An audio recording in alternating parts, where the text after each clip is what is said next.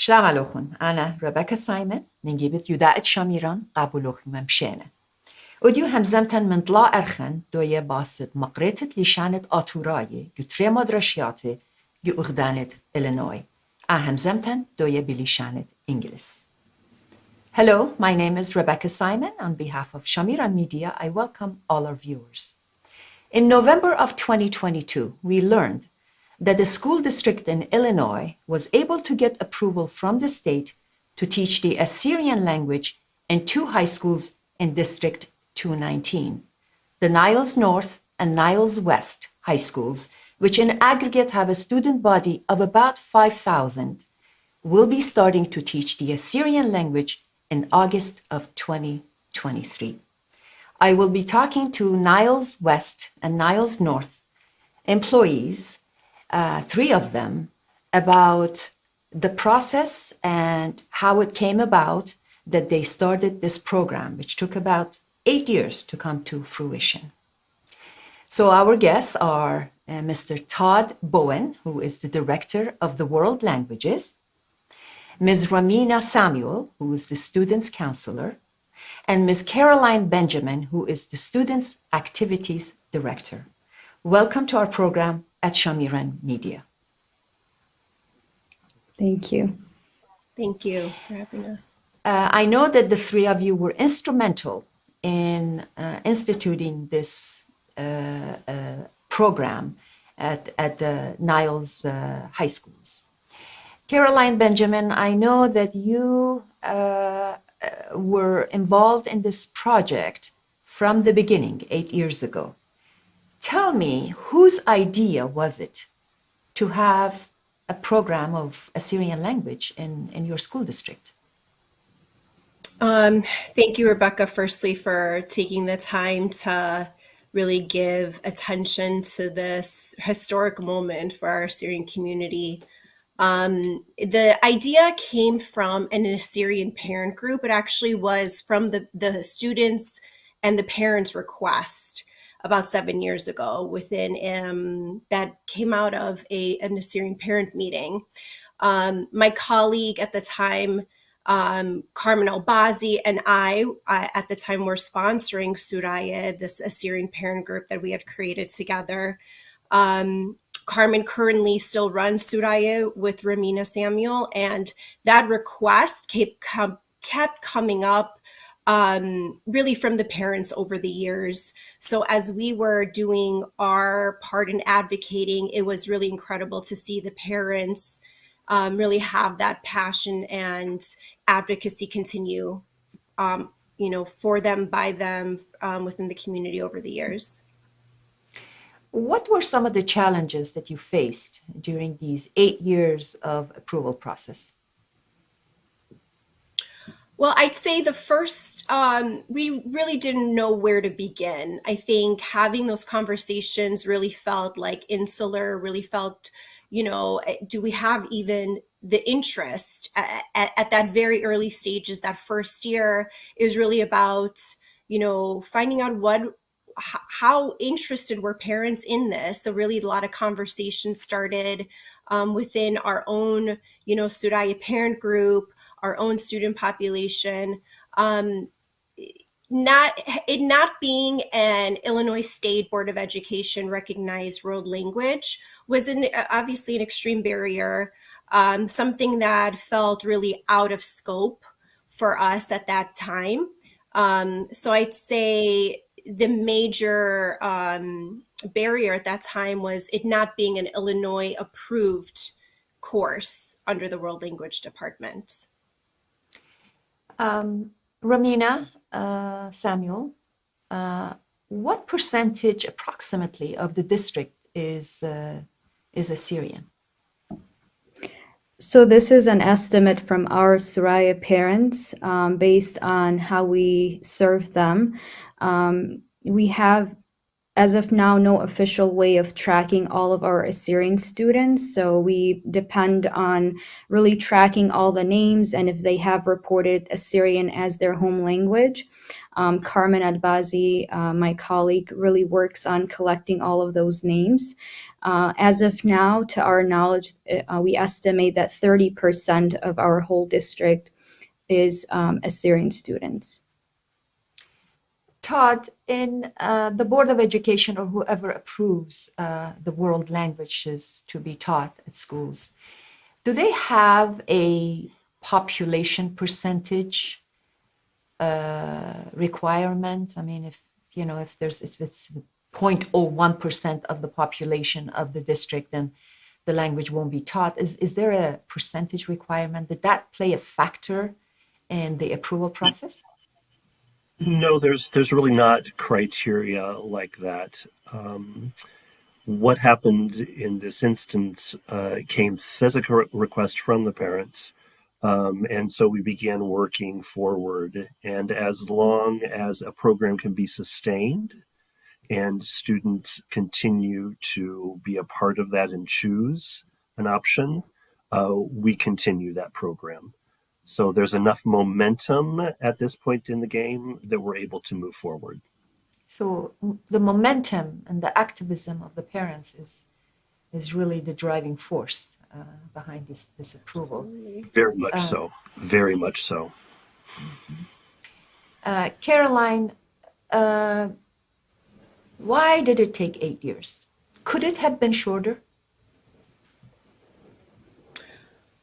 It's a good question. I think in retrospect, yes, it might have been something maybe at the time.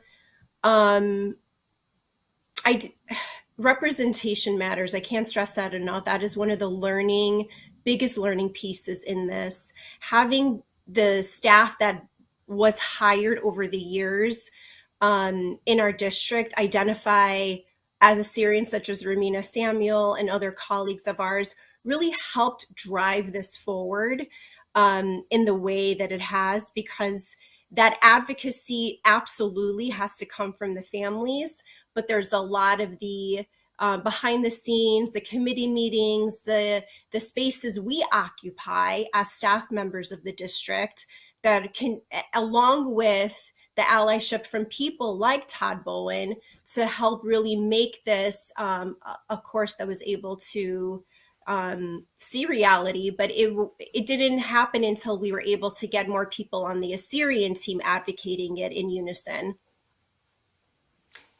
Ramina, about how many parents would you say were involved in this process? So when we're talking about the force, it's the force of how many? Between the two schools, I estimate that we have about 300 families, and we would hold meetings once a month, at times once every other month. Depending on what the topic would be, we would have varying attendance, but whenever it was about requesting the Assyrian language, we would always have a full house. So we've range from having 10 active parents to maybe 50 or 60. Todd, as the director of the world languages, when did you become aware that there was such a demand from the families and the parents to have an Assyrian language taught at the schools in your district? So Caroline and Carmen and Ramina invited me as the World Language Director to come speak with our parent group in the evening. Pre-pandemic, we were able to meet and talked about how does a new course come into being? What does the state require of us in order to move forward? And what would be some of the hoops that we would have to jump through in order to make the process happen. Fortunately, the activism of individuals within the school district, Caroline, Ramina, a few others, including our school board president, were able to grease the wheels, if you will, oil the machine of bureaucracy with the State Board of Education and the legislature. And in many ways, that happened because we were in our lockdown situation. We were able to have meetings virtually that would have been much more difficult pre-pandemic. And one of the miracles of this process was that our local representative and representatives of the State Board of Education and our activists were able to meet, and it got the State Board of Education to make a decision moving forward that allowed the next pieces to come forward. And that was the miracle. So as awful as the pandemic was to the entire world, you got a little fruit from it, to be able to meet more often because it was on a Zoom meeting, virtual. Caroline, what are the parents saying now? Are they? What is the jubilance like in your community?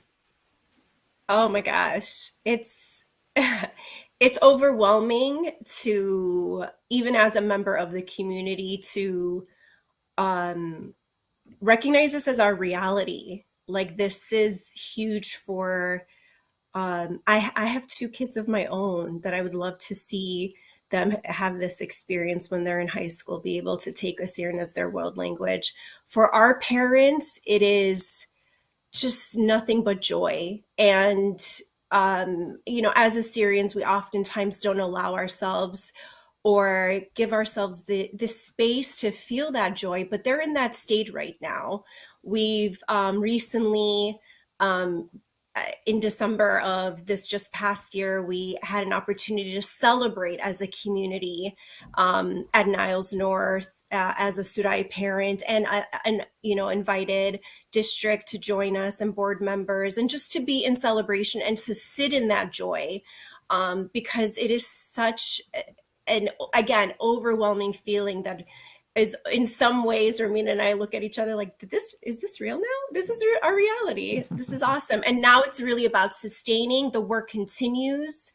The work in some ways has just gotten started. So it's just, we do have this huge leap that we had to, this huge barrier we had to go over with ISB, and we got there. And it's just amazing to hear the joy from our students and our parents to be where we're at today. It truly is historic. As you well know, we, the parents, always tell our children, speak Assyrian, speak Assyrian. But perhaps after these kids take these classes at the Niles high schools, they will tell their parents, speak Assyrian to me. We'll see. We'll see what comes out of it. Ramina, for as far as you know, is this the first time in the United States at any high school that the Assyrian language is being seriously taught? Yes, so there was a lot of discussion of what we have offered as a nation or even as a state. There have been previous programs, but they were more focused on bilingual teaching, and through that there were some services with Assyrian, but this is the first ever Assyrian as a world language in the nation. And that is why Caroline calls it historic. It truly is historic for a very small, kind of forgotten by the world nation to have the Assyrian language taught. It's truly unbelievable. Now, Todd, you had a big role in this, and as the world language director, how are you going to organize this class? What is it? Conversational grammar, language? How are you going to plan this class? So we've done some preliminary curriculum work already. One of the commitments that we have made is that the Assyrian language will follow the model of our other languages. will be developing a 4-year program that will be focused in thematic instruction with language functions, the things you do with language, and vocabulary flowing from those themes, and will cycle through different structures and vocabulary, building on them in order to build the linguistic proficiency. Our hope is to lead towards the seal of biliteracy and the requirements of that seal by graduation time for our students. I suspect that at some point we will also be adding another layer for heritage learners, students who already possess great skills, and they'll be able to accelerate their learning process so that we would have those who really don't know Assyrian much or who are not Assyrian ethnically, but who would want to learn the language as well and have two different tracks, if you will, moving forward. Caroline, about how many students have signed up for this class? Am I able to share that information, Romina? Yes. Okay. Yes. So from my knowledge, I believe we're at 150. Is that accurate, team? Yes, it is. Registered for the course across the 2 high schools. So that is overwhelming. Again, that's just kind of like the theme of this journey. It's overwhelming. 150 students have registered to take this course for the fall. And Romina, in how many classes would these 150 kids be? Do you have small classrooms? How are you going to have 150 students in 2 different high schools dispersed in various classes? So typically our classes are less than 30 in a classroom, and I believe the world language courses are around 27 per class. And so that, depending on numbers for each high school, it seems like we will need more than one section per high school to service all of these students that have registered, whether they were Assyrian or not Assyrian. Todd, do you have teachers to teach these courses? That's one of the challenges. So in creating Assyrian as a world language, the State Board of Education told us as a district that we needed to hire a teacher who had the credentials, what we call in Illinois, a professional educator's license, in any subject matter at the high school level, and that would be up to us as a district to determine any additional criteria. Since there is not a subject matter test for Assyrian in Illinois, we need to find an individual who has that professional educator's license at the high school level, who has Assyrian proficiency sufficient to teach, and we'll be combining that.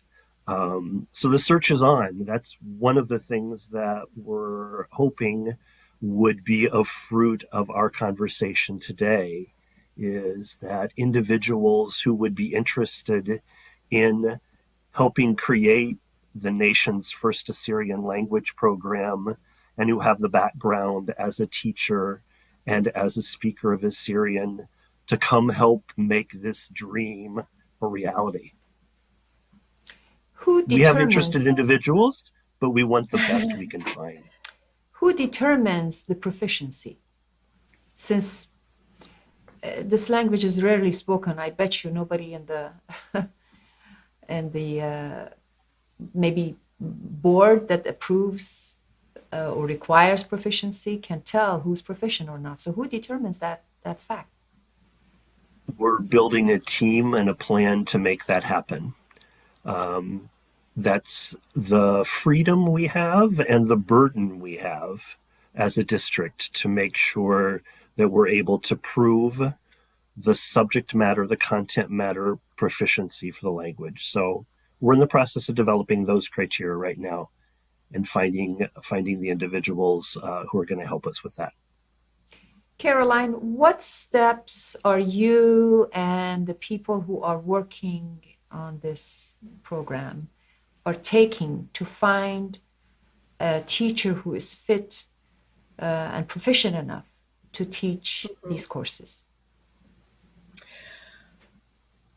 When I say I've texted every Assyrian I know about this, it's really about, it's getting the word out. It's, I think a lot of the qualifications, like Todd said, one of the goals in this is to really have our community understand the qualifications it takes to teach this course, because there isn't currently, as he explained, a test that could allow that, give that credential necessarily. We are using the Pell as number one, the qualification, the professional educator license, and then any other proficiency standards that the district develops. But we're at a place where it's really just trying to get the word, out there that we need our Assyrian educators who are proficient in the language, who have a Pell, to apply.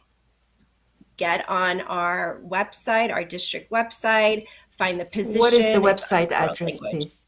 If you type in www.d, as in district, 219.org, it will lead you to the district website, and you would choose Employment tab, where you would be able to apply. There is posted a full-time position and a part-time position, because our current plan is that we will have 6 classes of the first year of the language starting in August of 2023. Romina, can a teacher who lives in a different state than Illinois, outside of Illinois, can they teach virtually, or do they have to be present? So for this course that was approved, it will be in person. If we do have educators that are out of Illinois, we do encourage them to apply if they see it as a possibility to move here.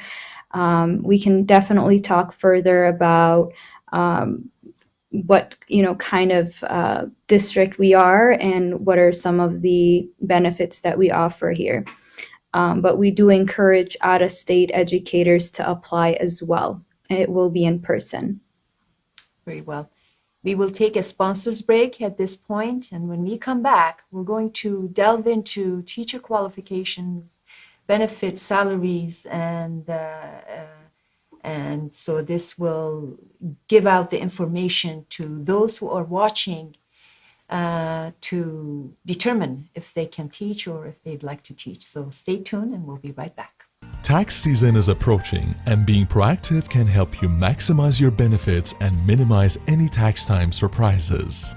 Dave's Bookkeeping and Tax Services offers accurate and reliable in-person and remote tax preparation, tax planning and bookkeeping services for individual and small businesses of all type in the state of California. Call him today for a complimentary consultation at 209-529-7645. That's 209-529-7645. إيمان وايلة أكسيدنت اتنرابة ناشة ليطي متبال سلطة شكلي.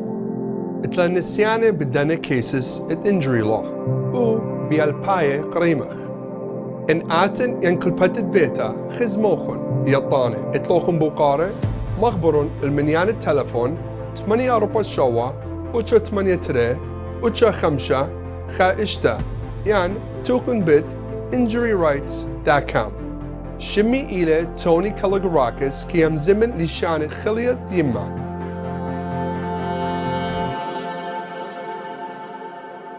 Thank you. We're back. We're talking to our 3 guests from Niles High Schools in Illinois about the Assyrian language being taught at their schools. Todd Bowen, tell me a little bit about the kind of qualifications you are looking in a teacher besides proficiency. Do they have to have a license? How difficult is it to get a license? How long does it take to get the license? If you could please give us a little information about that. Sure. In the state of Illinois, there are rules about how one becomes a teacher, but there are also some alternative pathways to that. In our current situation, we would want someone who is able to teach subject matter at the high school level. The ideal candidate for me would be someone who is already a language teacher at the high school level, or even perhaps the junior high level, who would be able to come and use their expertise as a language teacher to develop our program, just switching languages. If that's not the case, then we would work with local universities in order to develop the skills and make sure that all of those bureaucratic hoops get jumped through in order to have the person qualified at the state level for us. As far as language proficiency on the scale that's used in the United States in our professional circles, we're looking for someone who possesses advanced low skills.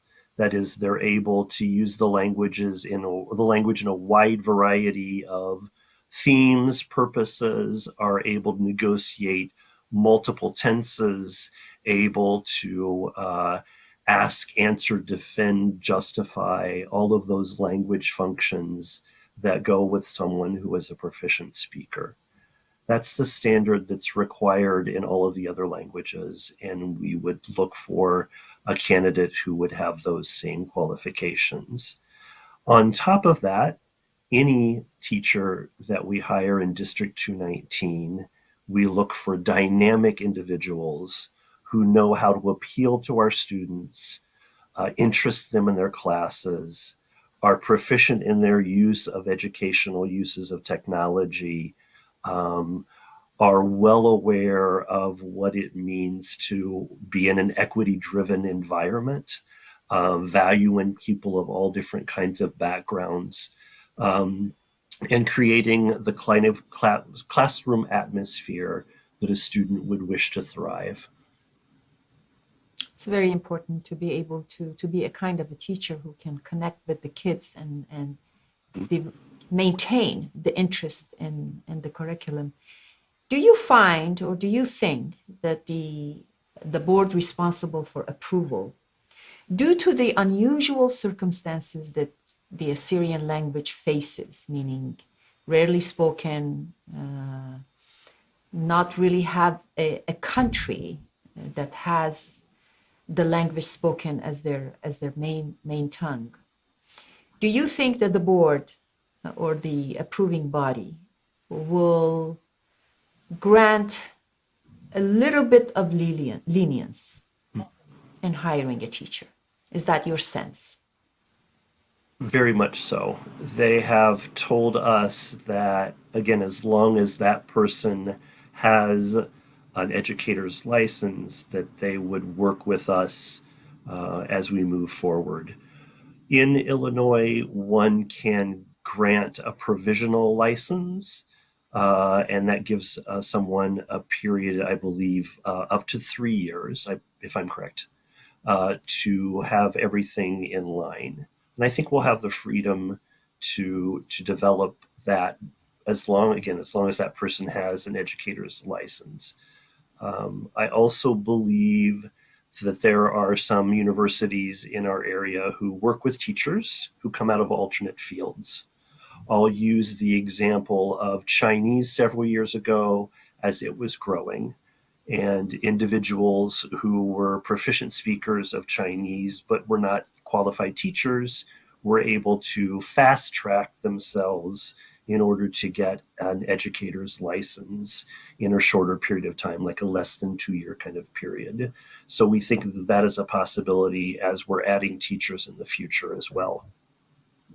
Can a teacher who is not licensed teach and work on getting his license simultaneously? I can't answer that question officially. Again, the state has said to us they need to have a teaching license. A decision to hire someone without that license in a provisional manner is above my pay grade. Caroline, do you have books for these courses already I'm going to printed? actually, there's been a lot of work and research already done by the team, but I rather have Romina address this specific question because I say she's an expert in that arena. Romina, please.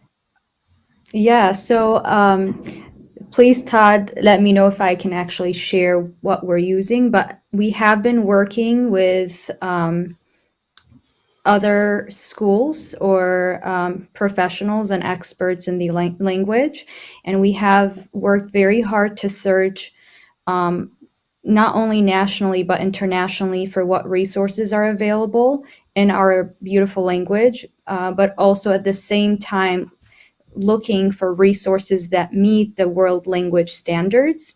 And we have found a curriculum that is close to what we're looking for. And so far, we have been working with them to obtain those books. Todd, are we able to share or not yet who we're working Not with? yet. We have submitted paperwork for the curriculum, for the textbook materials, but we're waiting review by our curriculum department, approval by the board before we would release what that textbook would be. Okay, very well. Todd,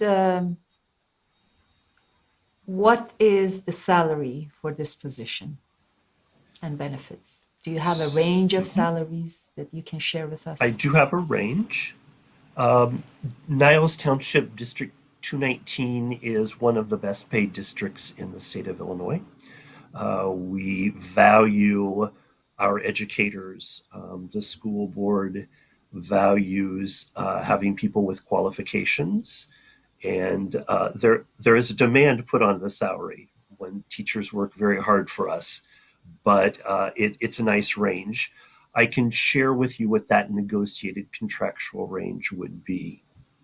Starting next school year, someone who has a bachelor's degree only and no experience would begin at almost $60,000 as a salary.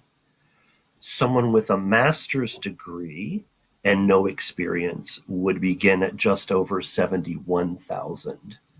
That increases based on the years of experience and the degrees that one has. So, for example, a candidate who has a bachelor's degree and 5 years of experience would earn just over $71,000 as well. That's in addition to full health insurance, enrollment in the state teacher retirement program, and then other supports that are given to them in terms of technology and educational support. Are these full-time or part-time positions? We have one full-time position and one part-time position. And again, please tell our Full-time for us audiences. is 5 classes. 5 classes. Yes. Please tell our audience again if they're interested in applying, and if they have questions or they want to refer someone to apply for this job. How can they contact you? So yes, they feel free to reach out to me directly. My email is my first 3 letters of each of my names, so TODBOW at D as in district 219.org.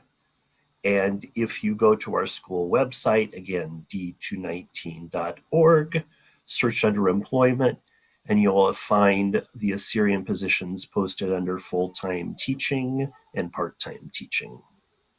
Thank you for that. Caroline, as you know, we have 2 different distinct dialects, the Western and the Eastern dialect. Have you thought about which dialect you'll be teaching at the Niles high schools? Again, that I'm going to direct that to our language people on the team. So either Ramina or Todd, because there is a standardized Assyrian that we will be using. Romina, would you expand Yes. on that, please? Yes, so we will be teaching what is most commonly spoken in our area, in the Chicago area, which is the Eastern dialect. And that will be what's known as Surit or Surith, and that is the Swadaya standardized language. So we will be teaching the standard most commonly used around the world. Very well. And Todd, my last question to you is, it's now August 2023. The new school year is set to begin. The classes are starting, and you don't have a qualified teacher.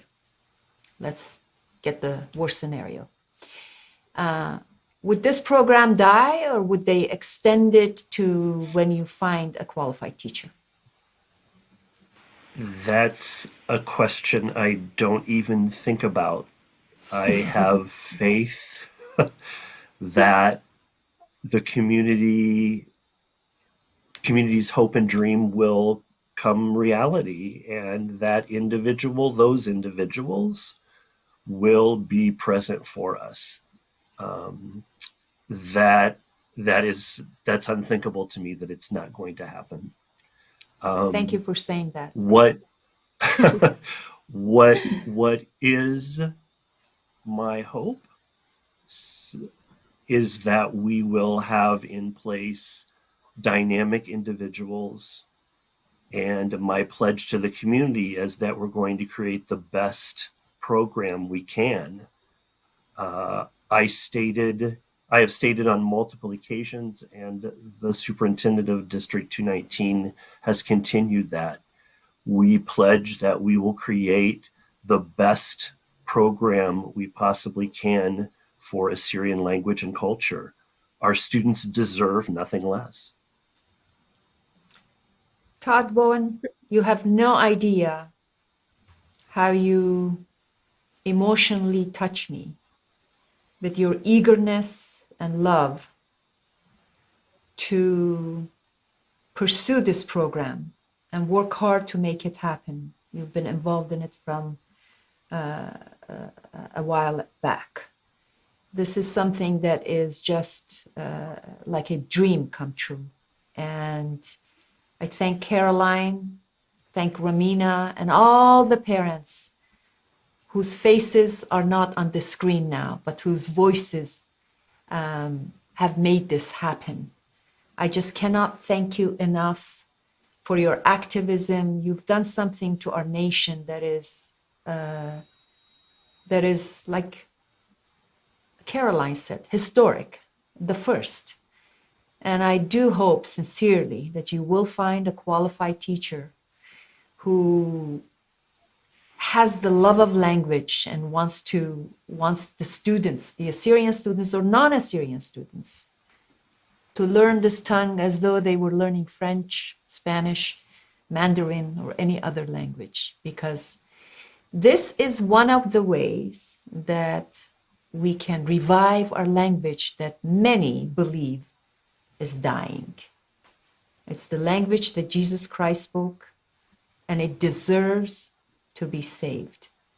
And I cannot thank you enough, not only for your activism, but coming today on Shamiran Media to share your love and your work with us. Thank you very much.